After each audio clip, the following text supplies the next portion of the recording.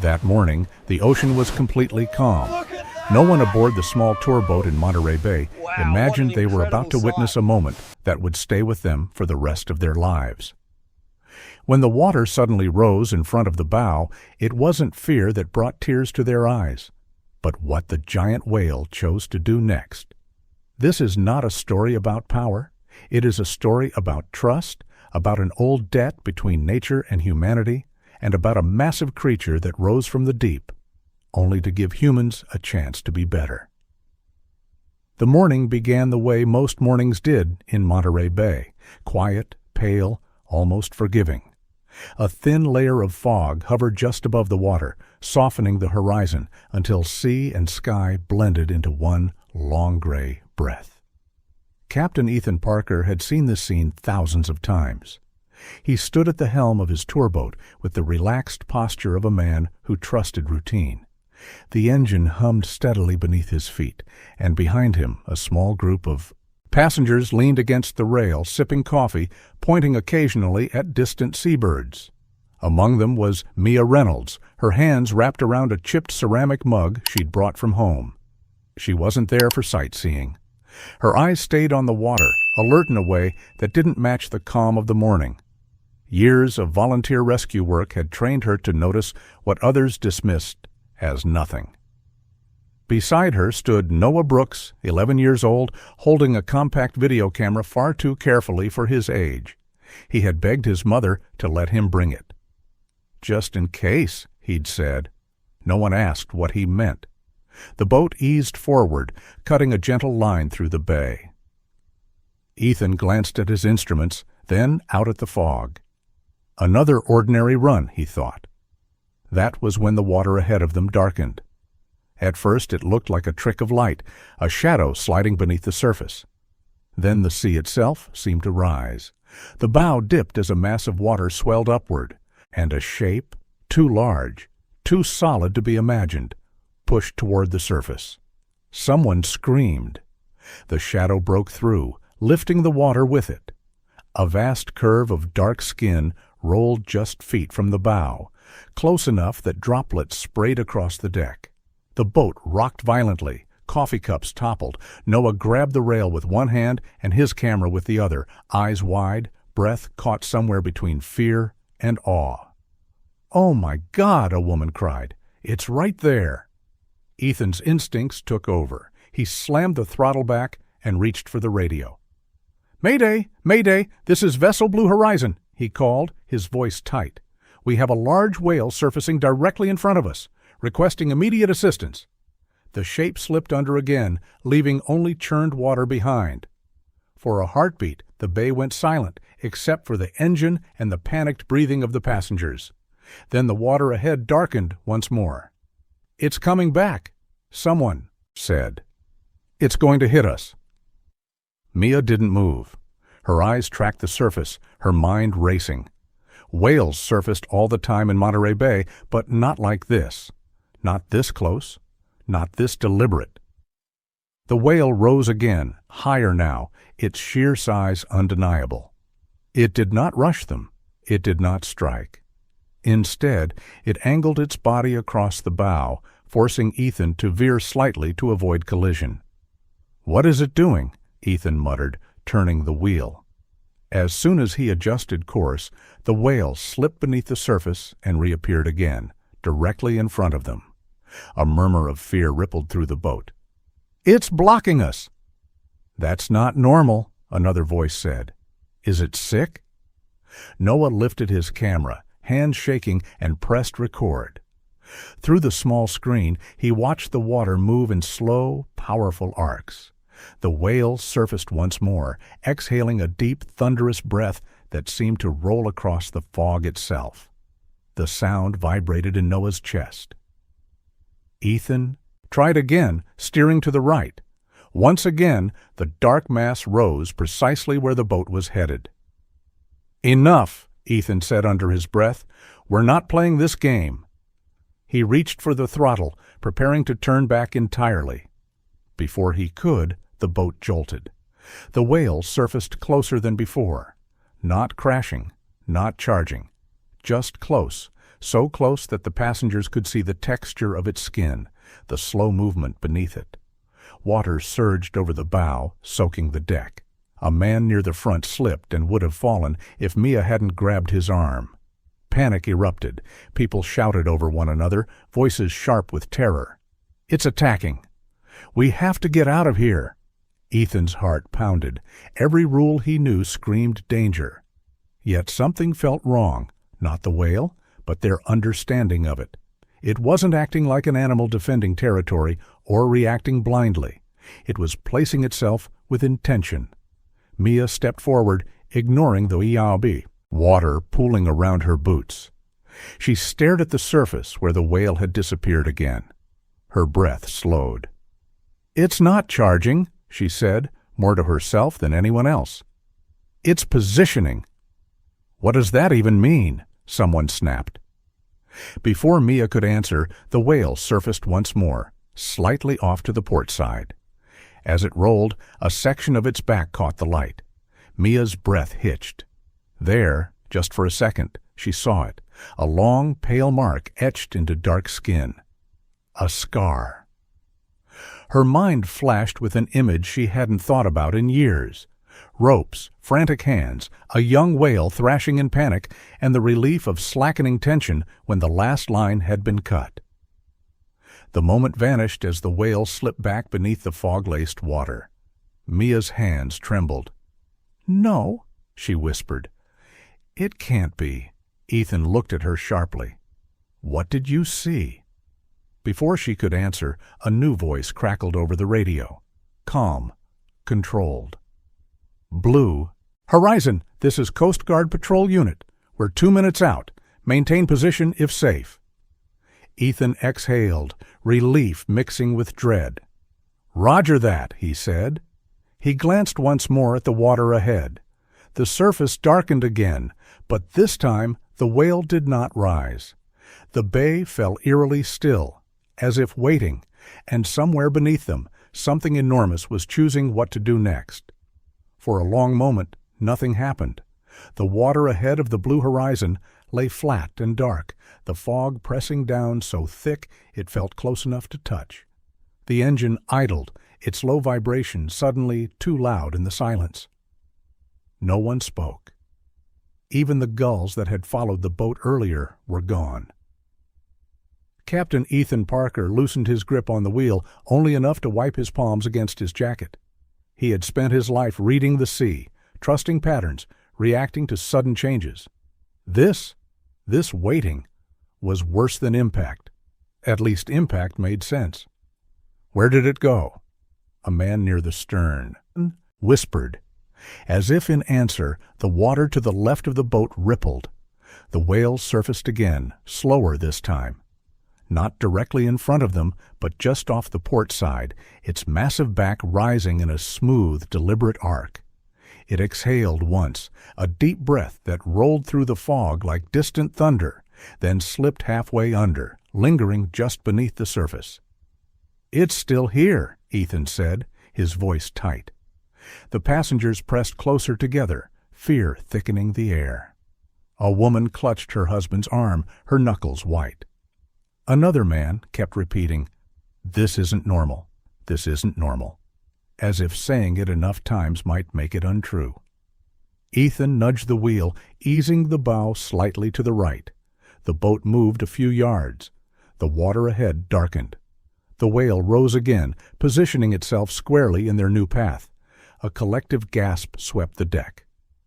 "It's blocking us again," someone said. "Why is it doing that?" Noah Brooks had not stopped, filming. His arms ached, but he didn't lower the camera. Through the screen he watched the pattern form, surface, slip away, reappear, always ahead of the boat, always just close enough to force a decision. It wasn't frantic, it wasn't random. "It's the same," Noah said quietly, mostly to himself. "Same spot every time." Mia Reynolds turned toward him. "What did you say?" He looked up at her, eyes still fixed on the water. "Every time we move it comes up right there," he said, pointing, "like it wants us to notice." Ethan heard them and shook his head. "Or like it wants us to stop," he said. "Either way, we're not staying here." He pushed the throttle forward, intent on swinging the boat around and heading back toward open water. Before the turn could complete, the whale surged upward again, closer than before. The bow lifted as water piled against it. Several passengers cried out. One woman lost her balance and fell hard against a bench. Panic erupted, sharp and contagious. "Turn it off!" someone screamed. "Turn the engine off!" Ethan pulled back, heart hammering. The whale remained there, its presence overwhelming, its body just beneath the surface, visible now as a vast, moving shadow. Mia stepped forward, ignoring the shouted warnings behind her. She leaned over the rail, eyes locked on the water. For a brief second, the whale rolled slightly, and again she saw it, the pale scar, long and uneven, etched across dark skin. Her breath caught. "I've seen that before," she said, louder this time. Ethan turned toward her. "Seen what?" "That mark," she said, her voice trembling. "That scar. It's old, not from rocks, from gear, from lines." "That doesn't matter right now," Ethan said. "What matters is, it's dangerous."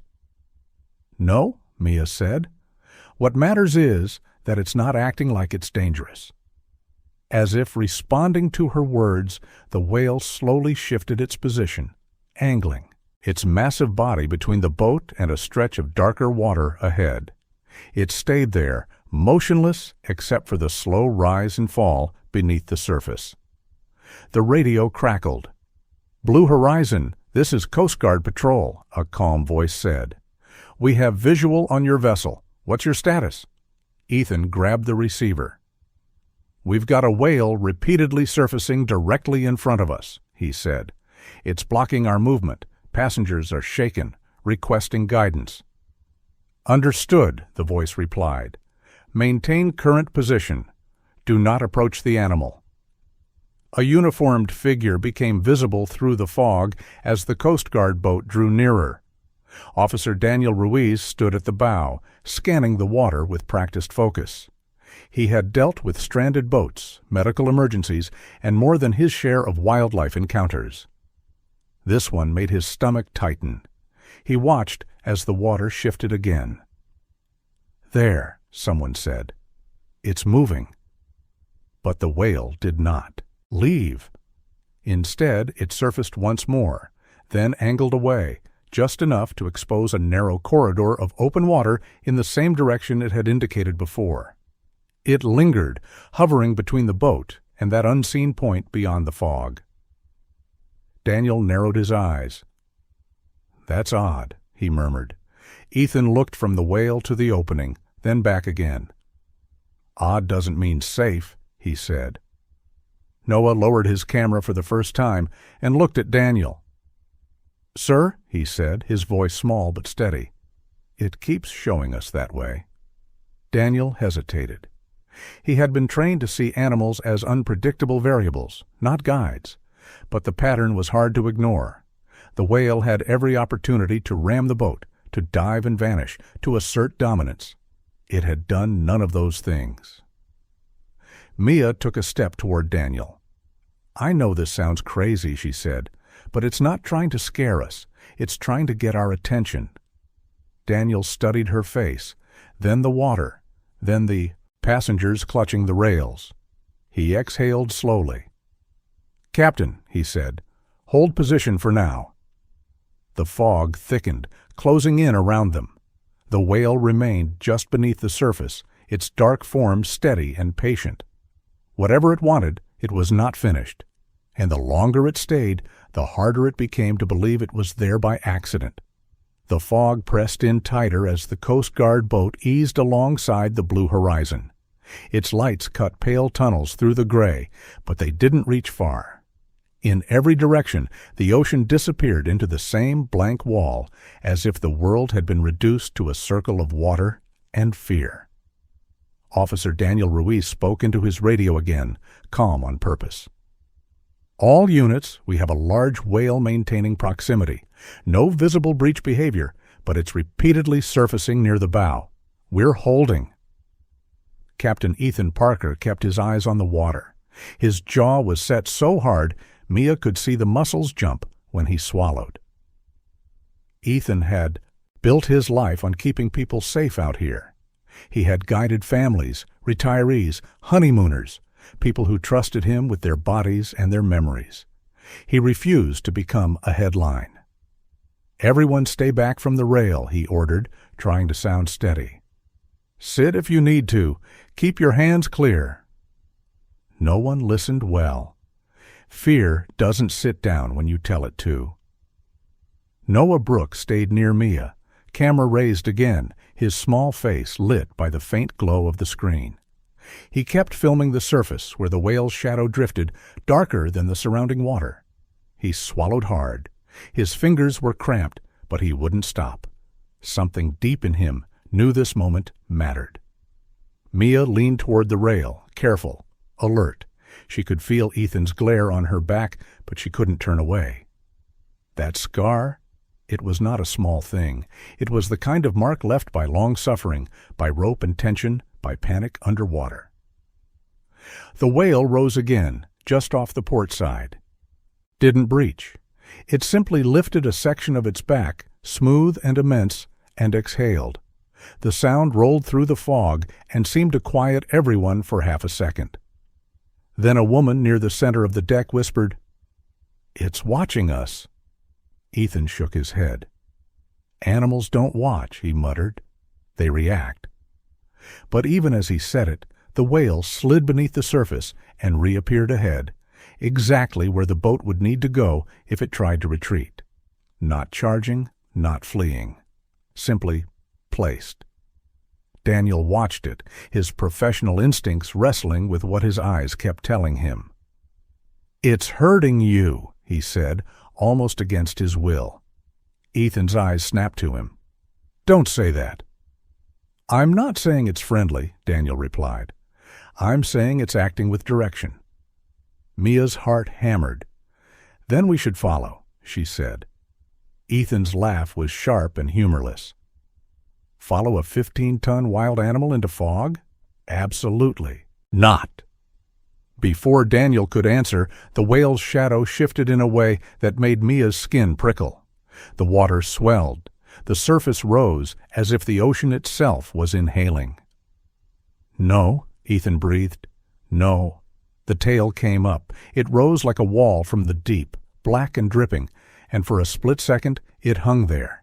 So massive and close it blotted out part of the sky. Noah's camera caught it, but his eyes couldn't process the scale fast enough. It was too big to belong to a living thing. Then it came down. The impact was thunder. Water exploded outward in a violent sheet. The boat rocked hard to starboard. People screamed. The deck turned slick underfoot. An older man near the front slipped, his feet shooting forward. He went down with a grunt, sliding toward the rail like the deck had suddenly become ice.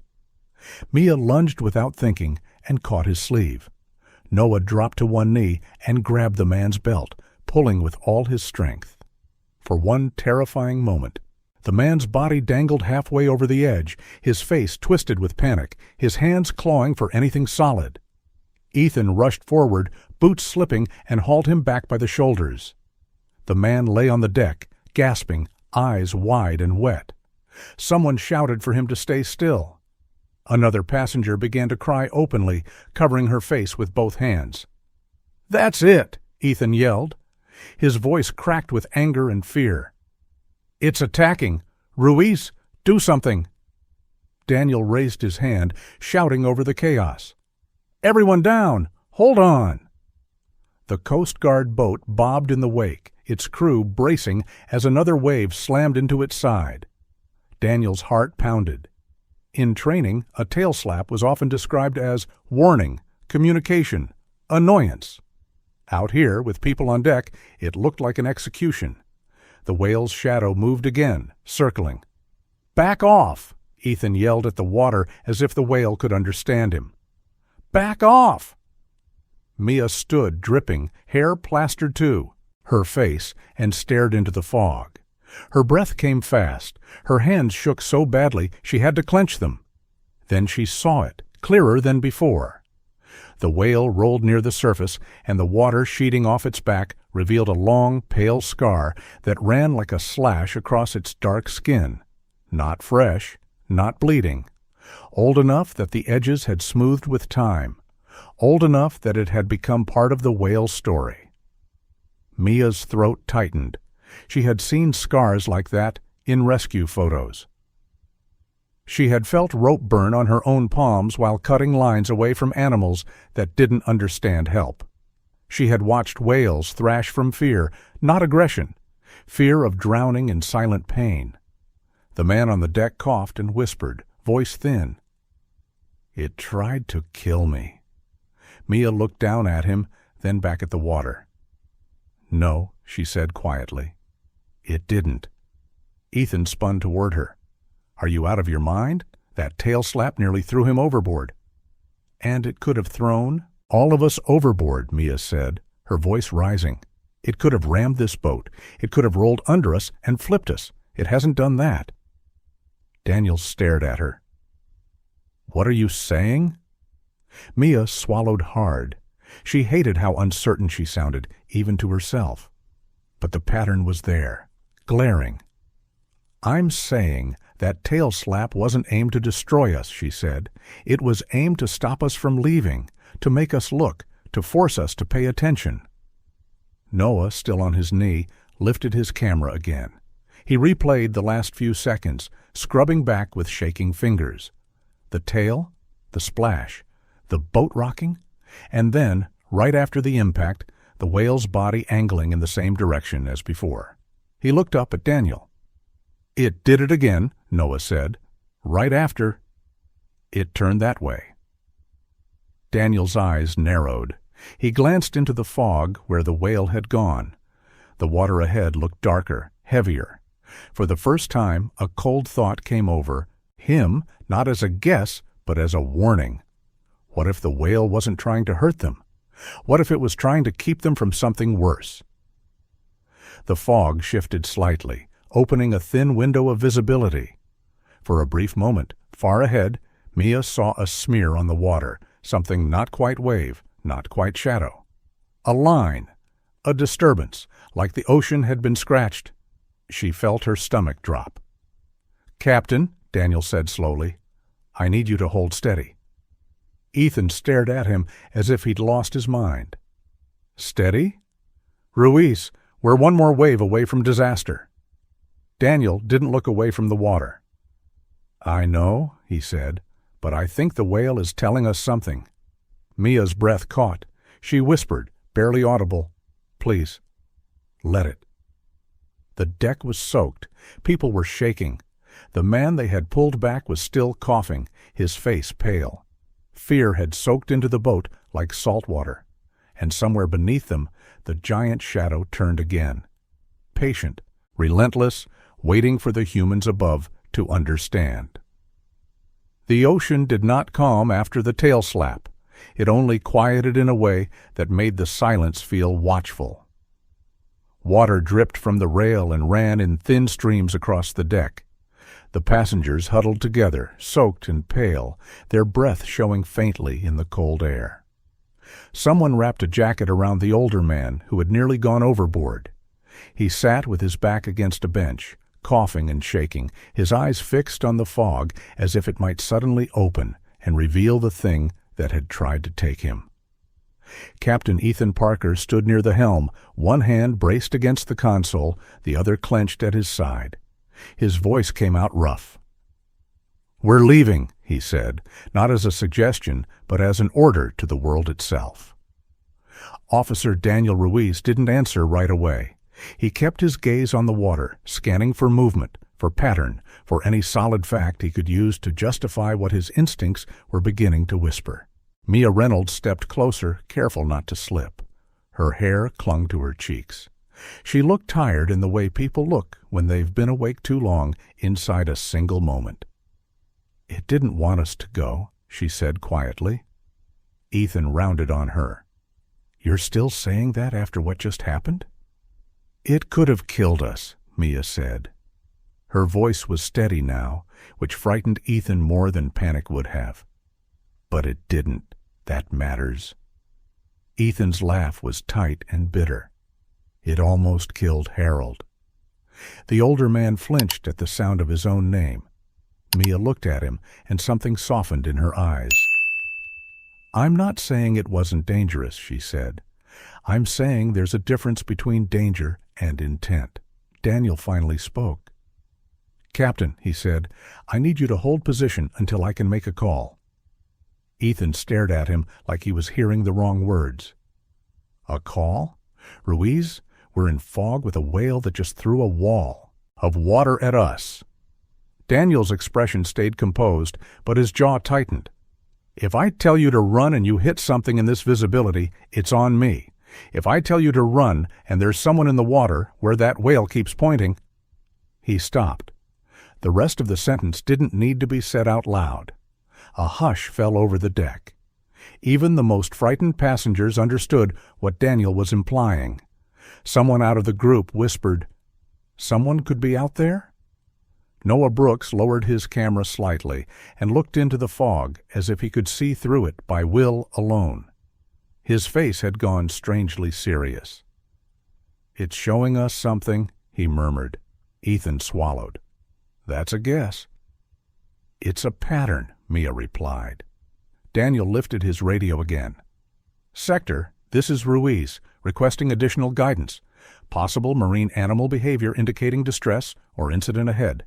Visibility low." Static crackled back, then a voice. "Ruiz, maintain safe distance. Do not pursue wildlife. Stand by for further instructions." Daniel's shoulders tightened. The procedure was clear. Keep distance. Minimize risk. Do not let a civilian tour boat follow an unpredictable animal into fog. And yet the ocean ahead looked wrong. Darker, heavier. Like something had recently disturbed it. He looked at Ethan. "Captain, can you hold us here for 2 more minutes?" Ethan's eyes flashed. 2 minutes turns into 10. 10 turns into the front page. Before Daniel could respond, another voice cut through the radio, different frequency, higher pitched, urgent, but controlled. "Coast Guard unit in Monterey Bay. This is research vessel Pelican. Do you copy?" Daniel frowned and answered. "Pelican, this is Officer Ruiz. Go ahead." "This is Dr. Lauren Shaw," the voice said. "I'm a marine biologist with Monterey Bay Field Research. I'm monitoring a whale in your vicinity. I can see your lights through the fog." "Please, confirm. Is the whale repeatedly positioning itself in front of your vessel?" Daniel stared at the radio as if it had spoken directly to his doubt. "Affirmative," he said carefully. "It's blocking movement and tail-slapped near us." A beat of static. Then Dr. Shaw's voice returned, measured and firm. "That behavior is unusual, but not unheard of. I've documented similar patterns when a whale is attempting to draw attention to an immediate hazard or distressed animal. It can also happen when there's entanglement gear in the water. If the whale is repeatedly indicating one direction, there may be an incident in that line." Mia closed her eyes, relief and fear mixing in her chest. Ethan stared forward, expression hard. Daniel asked, "Are you close enough to assist?" "I'm approaching," Dr. Shaw said. "I'm on a smaller vessel, but I have gear and binoculars. Do not close distance with the whale. Keep your engine low. If you move, do it slowly, and stay consistent. Erratic movement can spook it." Ethan's voice cut in, sharp. "Doctor, with respect, my boat is full of civilians." "I understand," Dr. Shaw replied without flinching. "But if there's someone in the water ahead, your hesitation could cost a life. I'm not telling you to chase the whale. I'm telling you to read what the environment is saying." Daniel looked out at the fog again. The whale's shadow was there, moving in a slow arc. Not frantic, not playful. It surfaced once more, exhaled, and then angled away just enough to open that same corridor into the gray. It was like a door being held open. Ethan's hands tightened on the wheel. He could feel every passenger behind him watching, waiting for him to decide. In this moment, he wasn't just a captain. He was a father to strangers, a judge, a man being asked to bet safety against possibility. "I don't like this," he said, voice low. "No one likes it," Daniel said. "But we're here. Now?" Mia stepped closer, keeping her tone gentle. "Captain," she said, "you've taken people out here for years. You know the difference between a normal day and the kind of day that becomes a story people tell for the rest of their lives." Ethan's eyes flicked to her. He wanted to snap back. He wanted to say stories weren't worth lives. But then he looked at the older man, wrapped in a jacket, still shaking, and at Noah, still filming with stubborn hands. He looked at the fog and imagined a person out there, cold, tired, slipping under, while they debated. He exhaled hard. "Fine," Ethan said. "We move slow. We don't get stupid." Daniel nodded once. "Slow and steady," he agreed.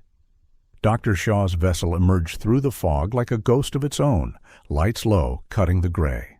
She wasn't visible yet, but her presence changed the air. It made what Mia had been saying feel less like hope and more like a plan. Ethan eased the throttle forward, just a giant fraction. The blue horizon began to glide, not turning away, but following the opening the whale had been indicating all along. Behind them, the Coast Guard boat stayed close. Ahead, the fog waited. And beneath that fog, the giant shadow moved with the calm insistence of something that would not let them choose ignorance.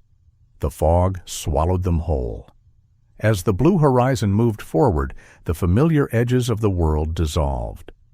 The Coast Guard boat's lights faded to pale smudges behind them, and even Dr. Shaw's vessel slipped in and out of view like a thought half-remembered. The engine ran low and steady, each vibration echoing through the hull. No one spoke. It felt wrong to interrupt the sound of water sliding past, as if the sea itself were listening. Captain Ethan Parker kept both hands on the wheel, knuckles white. Every instinct in him screamed to turn back, to restore distance, to return his passengers to something solid and known. Instead, he followed the narrow corridor. The whale had opened, an invisible path through gray air and darker water. Mia Reynolds stood near the bow, braced against the rail. Her eyes scanned the surface, searching for signs she could not name, but somehow expected. The smell reached her first. It was faint, almost lost beneath salt and fuel, but unmistakable once noticed. Oil. Not the heavy reek of a spill, but the thin, sickly trace of something recently torn open. Dr. Lauren Shaw's voice came through the radio, quieter now. "I'm seeing debris," she said. "Small pieces, plastic, possibly from a kayak or personal craft." Ethan's stomach tightened. "How far ahead?" "Less than 100 yards, Dr. Shaw replied. "Stay slow." The whale surfaced again, just off to the right this time. It did not block them now. It paced them, its presence steady, watchful. Its breath rose in a long plume, then drifted away into the fog like a warning that had already been given too late. Noah Brooks leaned over the rail, camera rolling, his face pale but intent. Through the lens, he caught a flicker of color on the water's surface, something brighter than gray. "Captain," he said, his voice breaking the silence. "There's something there." Ethan leaned forward, squinting. At first, he saw nothing but shifting fog. Then the shape resolved, a bright orange smear against the dark water, too flat, too still. "Kill the engine," Daniel Ruiz said sharply. The hum beneath their feet fell away, replaced by the soft slap of waves against the hull. The boat drifted closer, carried by its own momentum. It was a kayak, or what was left of one. The bright hull was overturned, half submerged, its underside scraped and scarred. One end bobbed weakly, as if the water itself were tired of holding it up. A paddle floated nearby, spinning slowly, aimless. For a heartbeat, no one breathed. Then Mia saw movement. "Someone's there," she said, pointing. A hand broke the surface near the kayak. Fingers splayed, grasping at nothing. The arm sank again, then rose once more, weaker this time. Ethan's voice came out hoarse. "Man overboard!" Daniel was already moving. "Throw a line, now!" The crew scrambled, fear turning into action. A rope arced out over the water, landing just short. The whale circled wide, its massive body keeping a careful distance, as if unwilling to add chaos to the moment. The man surfaced again, gasping, his face gray with exhaustion. "Help," he rasped. "Please." Another wave rolled over him, and he vanished beneath the surface. Mia's heart lurched. "Again!" she shouted. The rope flew a second time, closer. The man's hand closed around it, knuckles white, and he was hauled toward the boat inch by inch. When his head broke the surface, he coughed violently, sputtering seawater, his eyes wild. Daniel and Ethan pulled together, muscles burning, until the man collapsed against the hull. With one final heave, they dragged him aboard. He lay on the deck, shaking uncontrollably, his chest heaving. Someone wrapped him in a blanket. Another pressed a bottle of water to his lips. "What's your name?" Daniel asked, kneeling beside him. "Caleb," the man croaked. "Caleb Morgan." "You're safe now," Daniel said, though his eyes flicked back to the water. "What happened?" Caleb swallowed hard, coughing again before he could speak. I capsized," he said. "Fog came in fast. I tried to right it, but something pulled." Mia knelt closer. "Pulled you?" Caleb nodded weakly.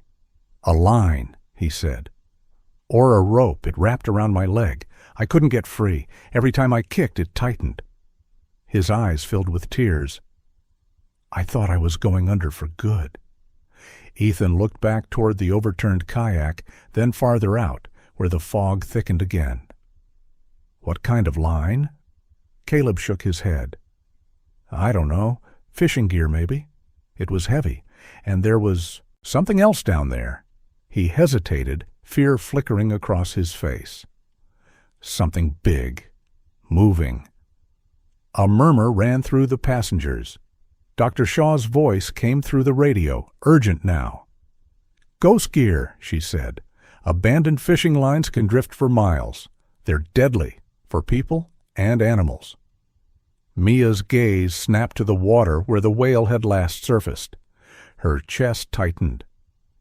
"That's what it was trying to show us?" she whispered.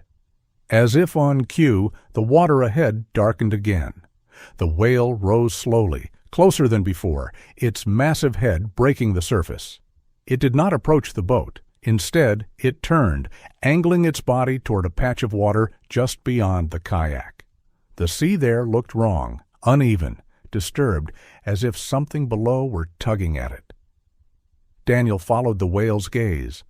A chill crept up his spine. "There's more," he said quietly. Caleb clutched the blanket around his shoulders. His voice shook. "That line didn't end with me," he said. "It was attached to something." The fog shifted, thinning just enough to reveal a long, dark shape beneath the surface, moving, struggling, then disappearing again. Mia's breath caught in her throat. "Captain," she said softly, "it's not finished." Ethan stared at the water, the weight of what they had just seen pressing down on him. He thought of how close they had come to turning back, to leaving this place untouched and unseen. He exhaled slowly. "All right," he said. "What else is out there?" The whale circled once more, patient, insistent, its presence a steady pull on every eye aboard. Somewhere below the fog, the water stirred again, this time with purpose. The rescued man lay on the deck like someone pulled from a nightmare. Caleb Morgan's lips had gone pale, and his hands shook so badly he could barely keep the blanket around his shoulders. A passenger, an older woman with a gentle voice, kept telling him to breathe. Slow and steady, the way you speak to someone who is trying not to fall apart. Captain Ethan Parker watched Caleb's face, then looked back at the water as if the ocean might offer an explanation. It didn't. It only waited. Officer Daniel Ruiz stood at the rail with a coil of line in his hands and a jaw set hard enough to crack. He'd seen fear in plenty of forms, but there was something different about a man who had nearly drowned in silence. That kind of fear stayed quiet. It didn't shout. It clung. Dr. Lauren Shaw pulled her vessel in close, careful not to create too much wake. She was finally visible now through the fog, a slim figure in a bright waterproof jacket, binoculars hanging at her chest. She jumped onto the blue horizon with practiced balance and came straight to the rail. "You said you felt a line," she told Caleb, her voice calm but focused. Caleb nodded, swallowing.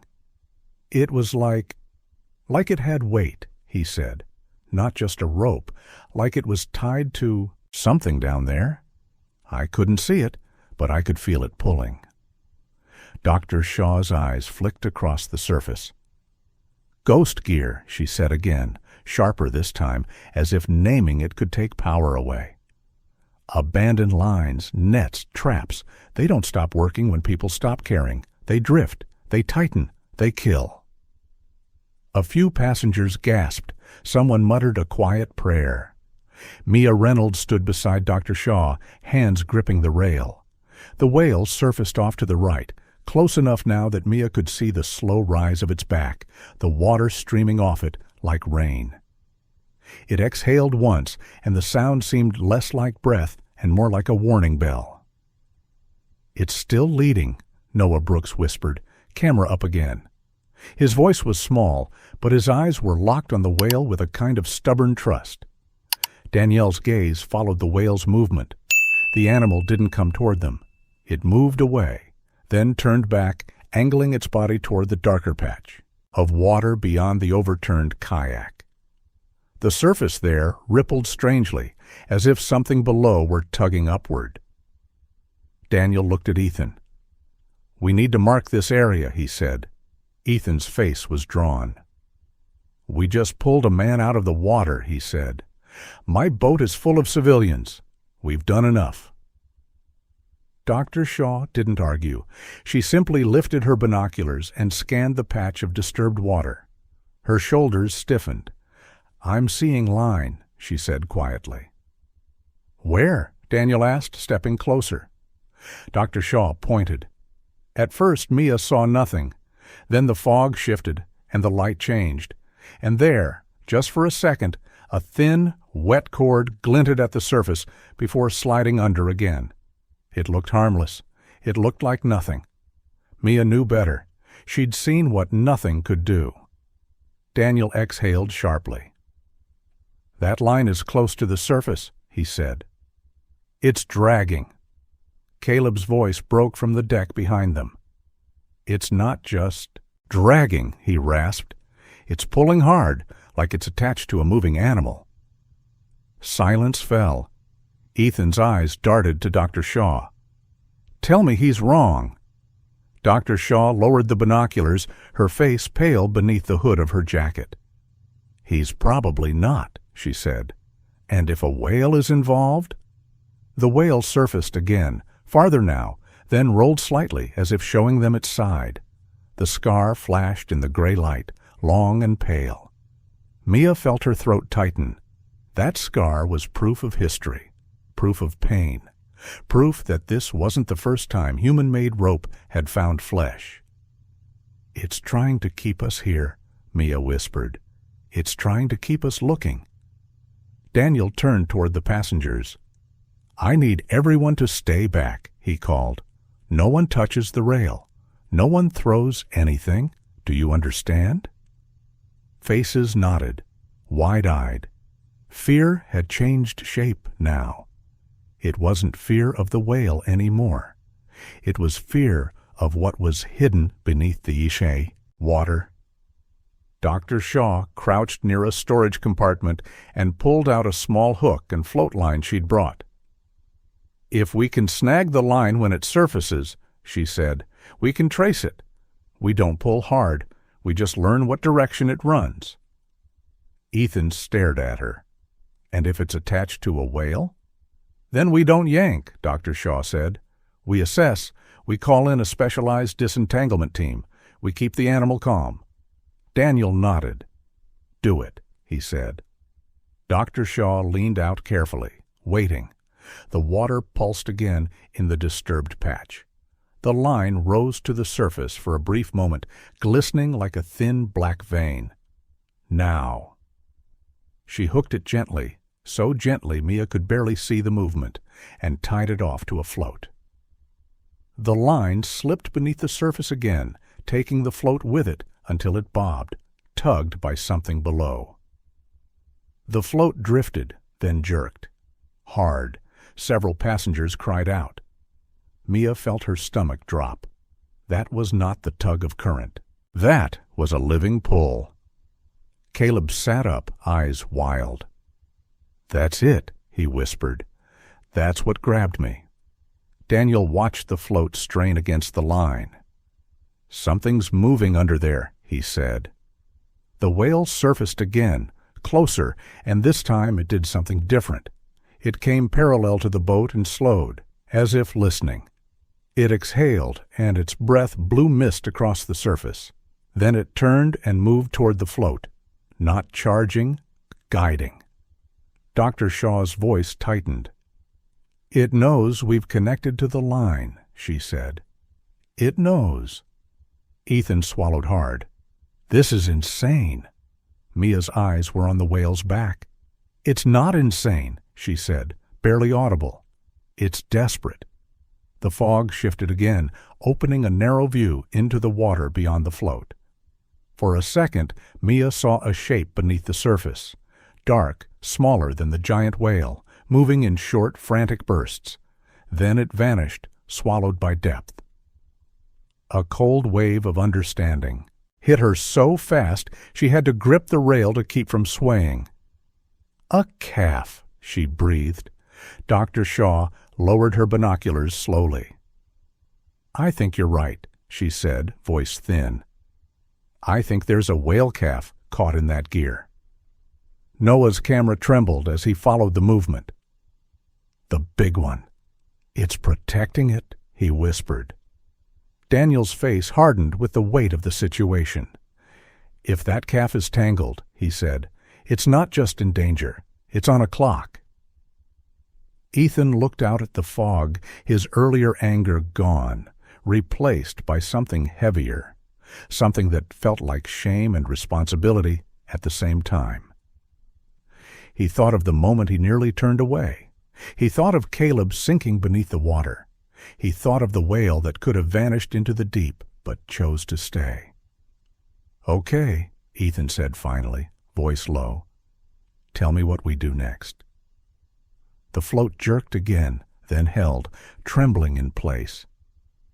And somewhere beneath the fog and the dark water, something small struggled against a trap it couldn't understand, while the giant whale above waited for humans to be worth trusting.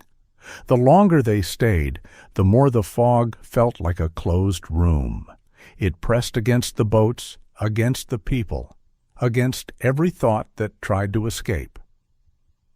The water below was dark and restless, tugging at the float line as if the ocean itself had a pulse. Each time the float jerked, the passengers flinched. The movement wasn't violent, but it was desperate, an unseen struggle happening inches beneath their feet. Captain Ethan Parker kept his boat steady, his hands no longer shaking with anger, but tight with focus. He had stopped arguing. Somewhere between pulling Caleb Morgan from the water and hearing the words "whale calf," something in Ethan had shifted. He still feared the risks, but now he feared something else too, the cost of doing nothing. Officer Daniel Ruiz leaned over the rail, watching the float. His voice was low when he spoke. "We call for disentanglement," he said. "We keep everyone calm. We do not rush in." Dr. Lauren Shaw nodded, already on her radio. "Monterey operations. This is Dr. Shaw," she said. We have a suspected entanglement with a whale calf. We've tagged the line with a float, requesting specialized response. Static answered, then a clipped acknowledgement. Help was being alerted.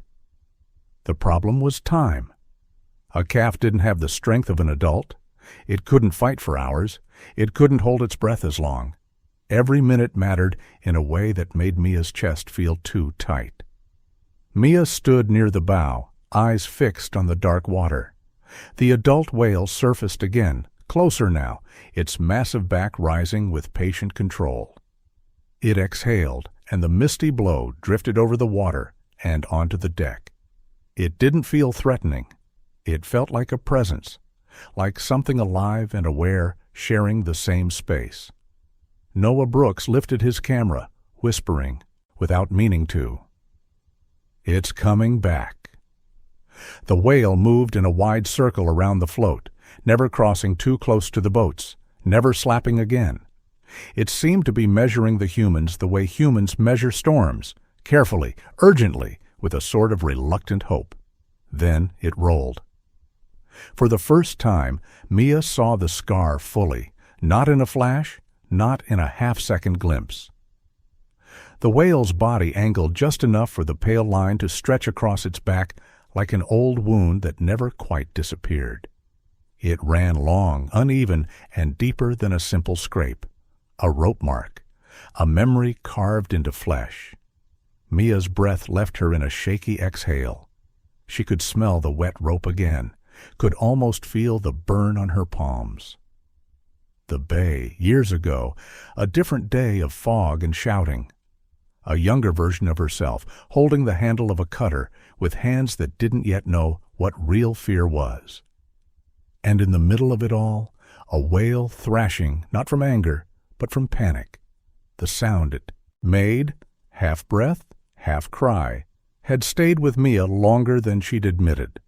She had never forgotten how the whale's eye had looked when it turned toward them, dark, enormous, and full of something that felt too human to name. Mia's knees weakened. She gripped the rail. "It's her," she whispered. Dr. Shaw glanced at her. "What did you say?" Mia swallowed. Her voice came out thin. "I think I've seen her before," she said. "That scar. I remember it." Ethan turned sharply. "You're telling me this whale, this same whale, has been here before?"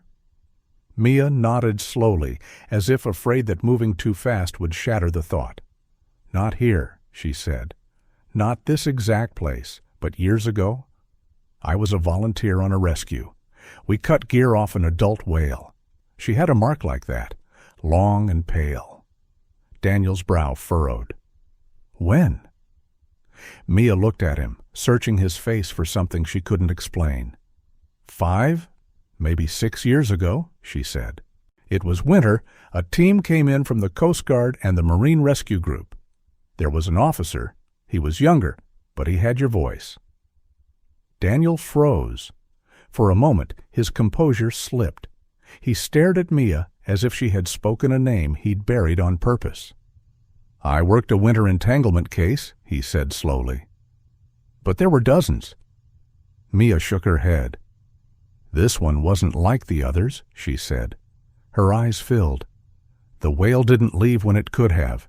It stayed, like it wanted us to finish the job, like it was begging us to be careful." Daniel looked back at the adult whale, now gliding near the float line. He tried to make himself believe it was coincidence. There were many whales, many scars, but something in the way it moved, so controlled, so deliberate, felt like the same story repeating, a story that had not ended. Noah's voice cut in softly. "Maybe it remembers," he said. No one laughed, not anymore. The float jerked again, harder this time, and Dr. Shaw stiffened. "That's a strong pull," she murmured. "If it's a calf, it's panicking." The adult whale suddenly changed its path. It moved toward the float and then past it, angling into the fog. The water ahead rippled in an uneven pattern, as if something smaller was surfacing and diving in short, frantic bursts. "There," Dr. Shaw said, raising her binoculars. Her shoulders tensed. "I see it." Mia followed her gaze. At first, all she saw was gray. Then a small, dark back broke the surface, quick, shallow, desperate, followed by a gasp of air so thin it sounded like a cough. A whale calf. It surfaced again, closer this time, and Mia's stomach turned. Something was wrapped around it, line or netting, tight enough that each movement looked restricted. The calf tried to roll, but it couldn't fully turn. Its small body jerked, fighting. The adult whale moved alongside it, not touching, but close enough to shield it from the boats, close enough to say without words, "Stay calm, stay with me." Ethan's voice cracked. "Oh, God." Passengers began to cry quietly, not from fear now, but from something heavier. The older man, named Harold, still wrapped in a jacket, covered his mouth with both hands, as if he couldn't bear the sight. Daniel's face tightened with urgency. "We can't wait hours," he said. "If that calf tires out," Dr. Shaw nodded. "But if we rush in and spook the mother, she could bolt," she said. "She could drag the calf, or the line could tighten. We need to do this right." Mia stared at the adult whale's scar again. She could not stop seeing it. That pale line wasn't just evidence of injury. It was evidence of history, of what humans had done, and what the whale, somehow, still believed humans could undo. The calf surfaced and released a thin, trembling breath. It sounded like a child trying not to cry. Mia felt tears in her own eyes and didn't bother to wipe them away. "She brought us here," she whispered. "After everything, she brought us here." Ethan looked at her, raw and shaken. "Why?" he asked. "Why would it trust us?" Mia didn't answer right away. She didn't have a clean answer. She only had the sight of a giant animal holding steady in fog, refusing to leave, refusing to let its calf die alone. Daniel's radio crackled with an update. Specialized help was en route, but still minutes out. Minutes. In the water, the calf struggled again. The line tightened visibly for a second, and Dr. Shaw winced. "It's caught deep," she said. "We might need to cut more than one segment." Daniel stared at the adult whale. "If she bolts," he said quietly, "we lose them." As if hearing his fear, the adult whale did something that stunned them all. It stopped. It held position near the calf and the float line, then slowly turned its head toward the boats. It didn't charge. It didn't dive away. It simply looked. It was the closest thing to a request any of them had ever seen from something that big and wild. Noah's camera trembled as he filmed. His voice shook. "It's waiting for us." Mia's throat tightened until she could barely breathe. "It's giving us a chance," she whispered. And in that fog-bound pocket of sea, with a calf fighting a trap below and an adult whale marked by human harm above, every person on that boat understood the same terrible truth. This was not just a rescue. This was a test. The fog thinned just enough to let the moment breathe. It did not clear. It did not open the world. It simply loosened its grip, as if the sea itself understood that what was about to happen needed room. The whale calf surfaced again, its small body trembling with effort. Each breath came fast and shallow. The line around it pulled taut, then slackened, then pulled again, an unforgiving rhythm that cared nothing for panic or pain. Dr. Lauren Shaw's hands hovered near the cutting tools, but she did not move yet, not without the right moment, not without the mother's permission.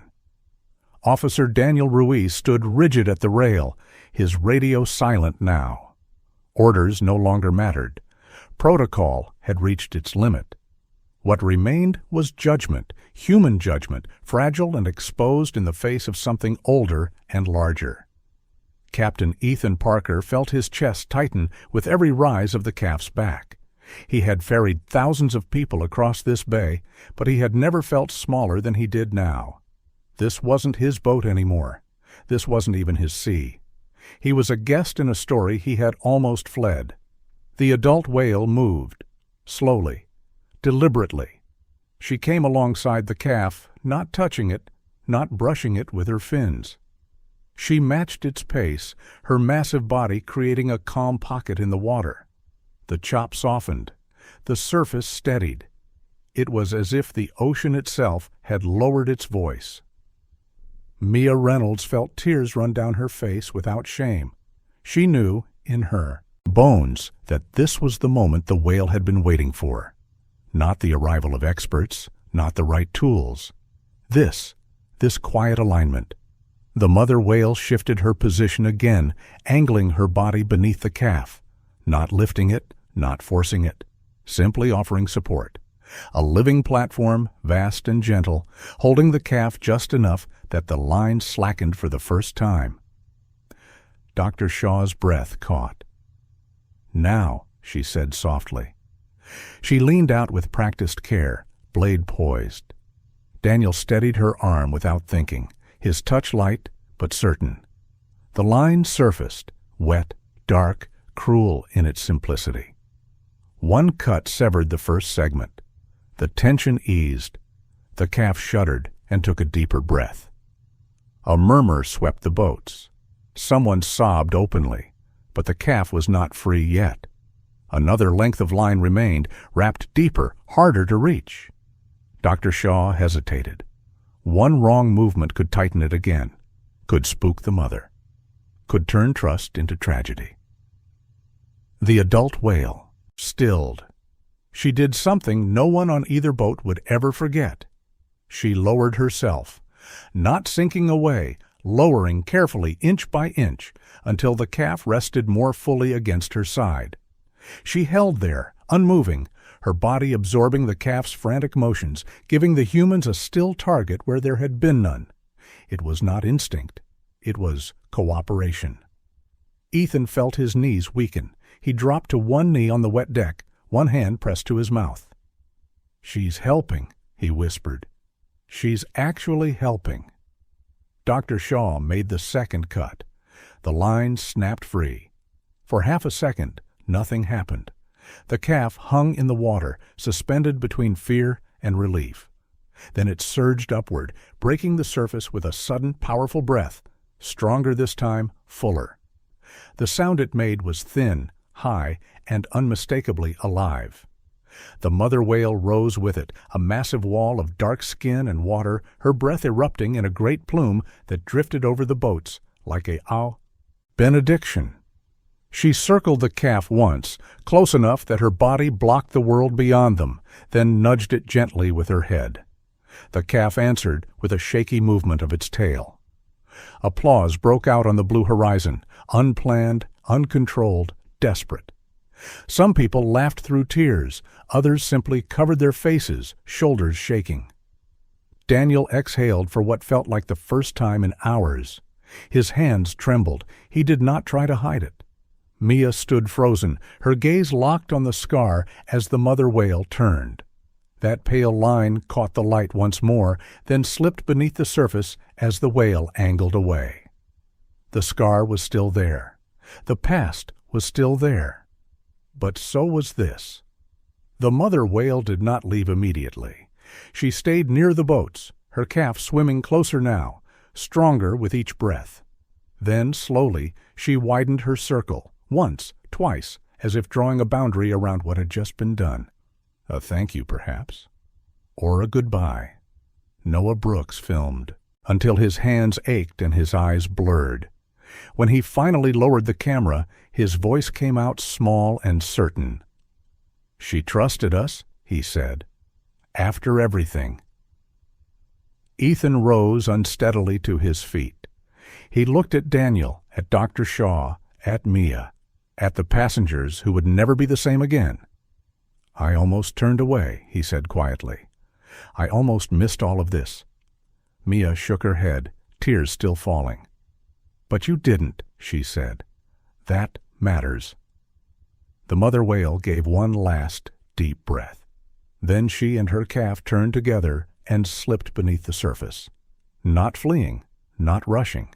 simply returning to the deep they had risen from. The water closed over them. The fog settled back into place. For a long time, no one spoke. Somewhere beyond the gray, life went on as it always had. Boats moved, birds cried. The bay breathed in and out. But on that stretch of water, a truth lingered, quiet and heavy and impossible to ignore. A giant whale had risen from the eye deep, and instead of taking something from humans, she had asked them to be better. That was what left them in tears. If this story moved you, don't explain it in words. Just type 1 in the comments to say you felt it. And if you believe moments like this remind us who we're supposed to be, type 0 to say you still have hope. Your comment helps this story reach others who need it. Please subscribe to the channel and stay with us, because there are more true stories ahead where animals, people, and quiet acts of courage change lives in ways no one expects.